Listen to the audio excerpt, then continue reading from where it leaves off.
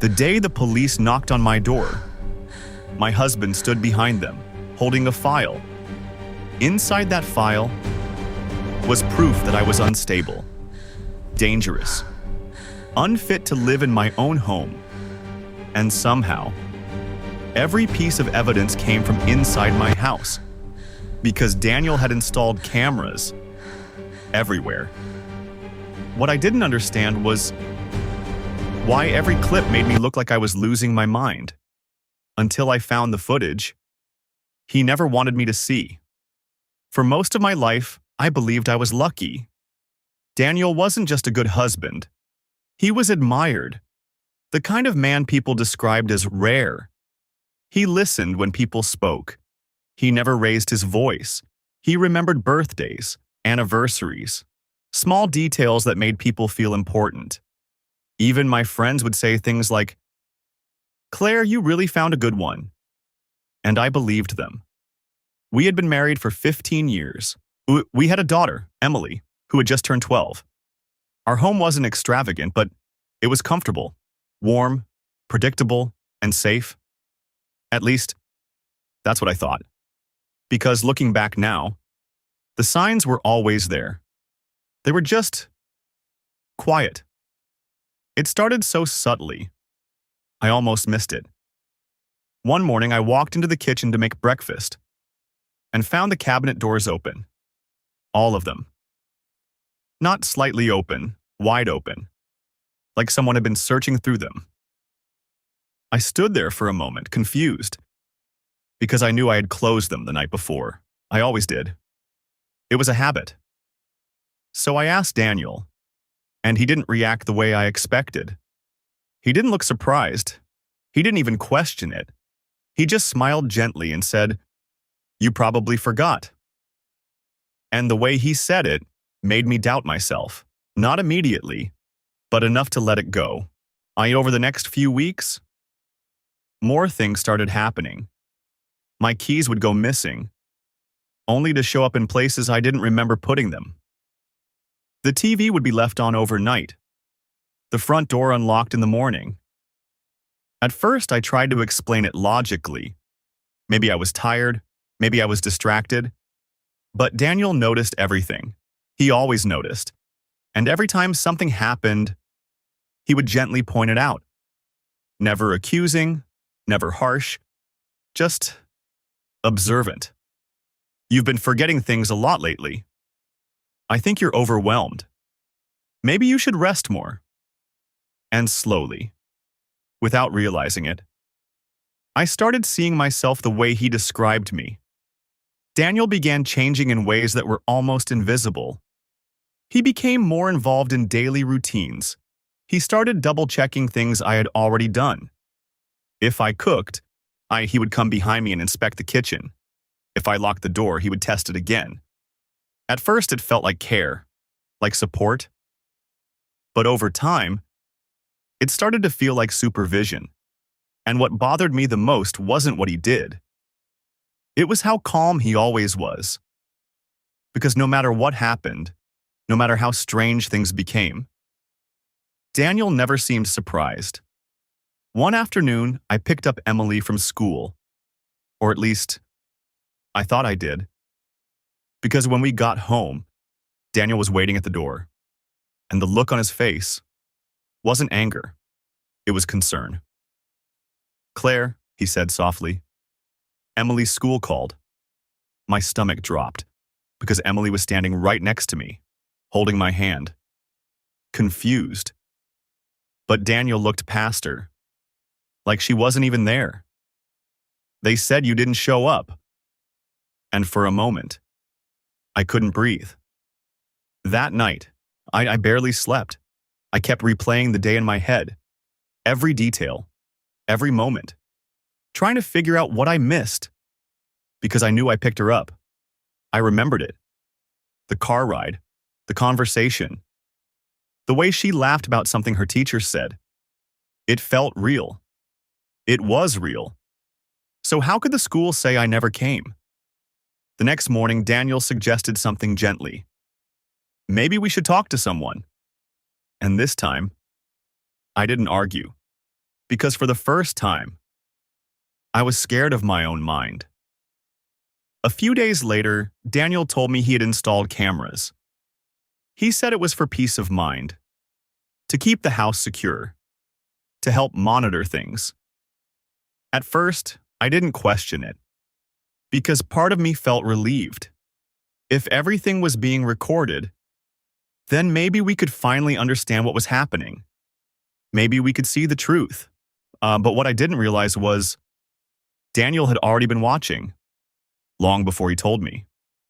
The first time he showed me the footage, I felt like my world stopped. It was me, in the kitchen, opening cabinets, closing them, then opening them again.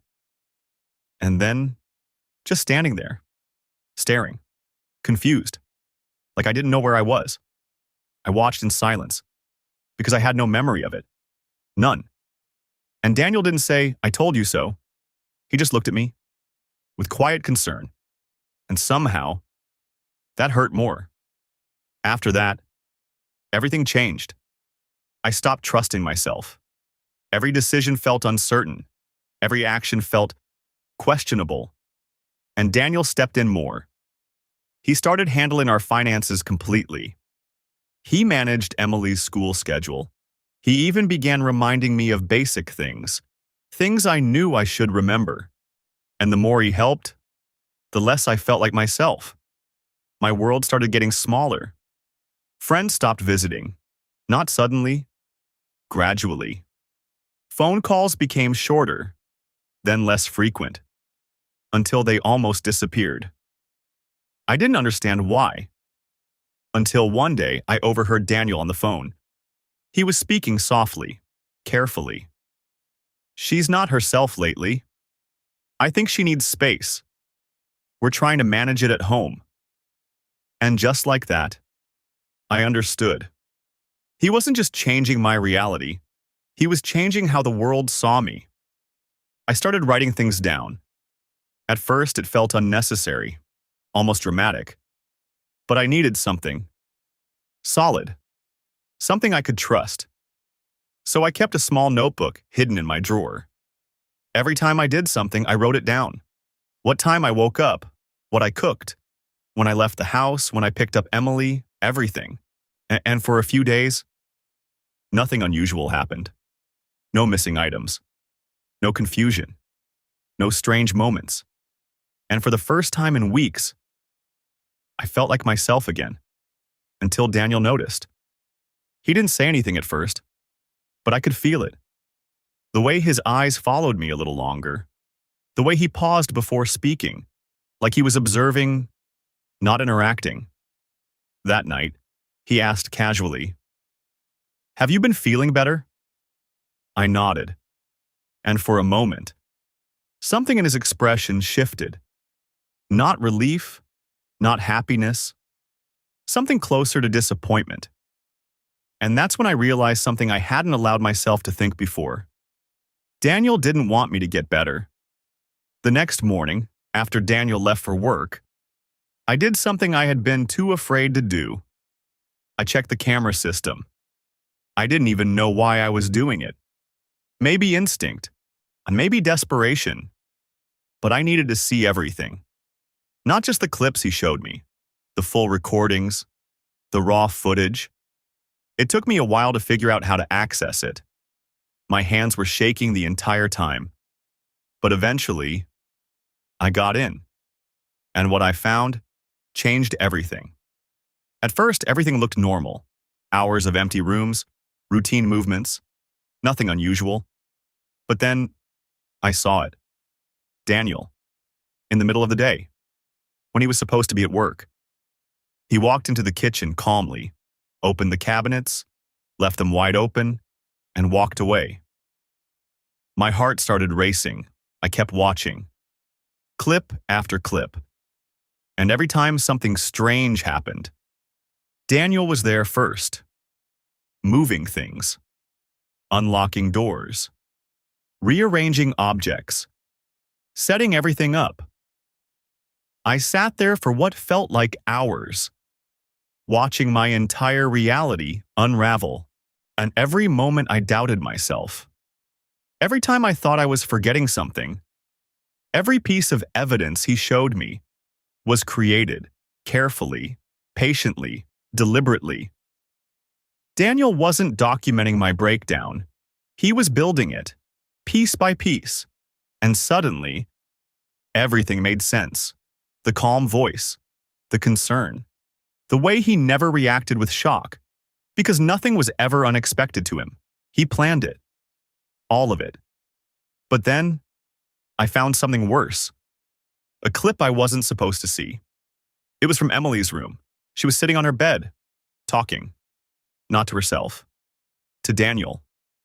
And what she said made my chest tighten. "Dad, are we still pretending?" Daniel knelt in front of her, calm as always. "Yes, sweetheart. Just a little longer, and then everything will be better." I stopped breathing, because in that moment, I realized something even more terrifying. This wasn't just about me. I went back through the footage again, this time more carefully, looking for patterns, looking for answers, and slowly, the truth came together. Daniel had been documenting everything, saving clips, organizing them, building a case, not just for concern, but for control, legal control, medical control. He wasn't trying to prove I was forgetful. He was trying to prove I was unfit, unstable, a danger, so he could take everything. The house, our daughter, my life. I didn't confront him. I couldn't. Not yet. Because now, I understood who I was dealing with. Daniel didn't react emotionally. He calculated. He planned. So if I made one wrong move, he would be ready. Instead, I started preparing. I copied the footage. Every clip I could find. He saved it in multiple places. Hidden folders, cloud storage, email drafts, anywhere he couldn't erase it. And then, I waited.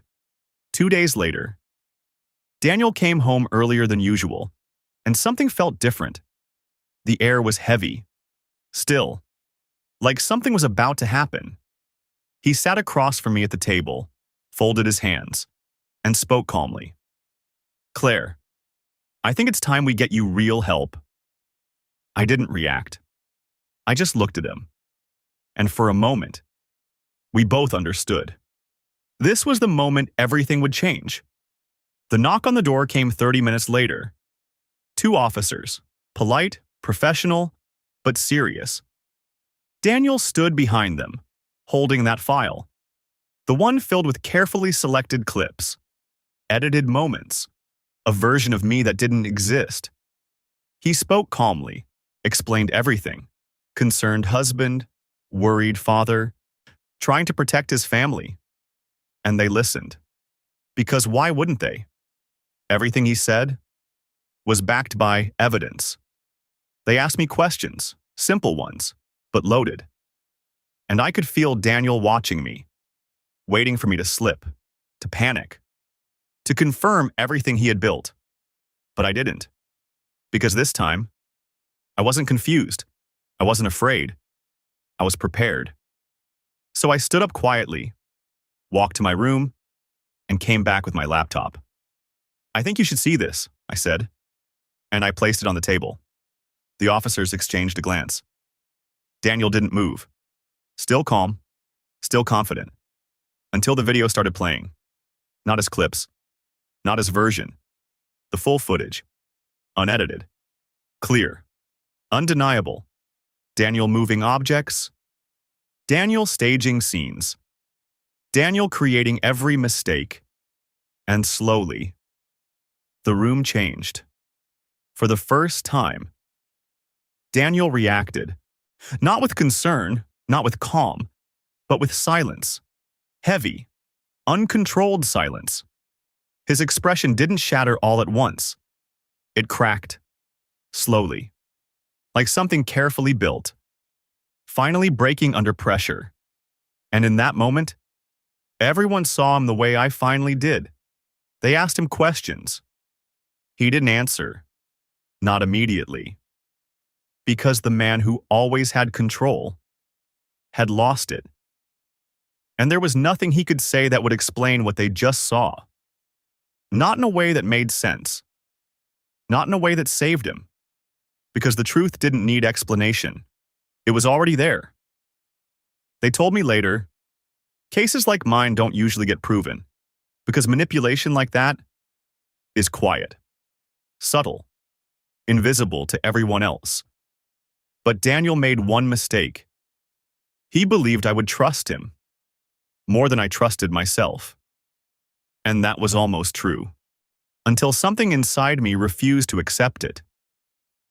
If you've ever felt like something wasn't right, like your reality didn't match what you were being told, don't ignore it.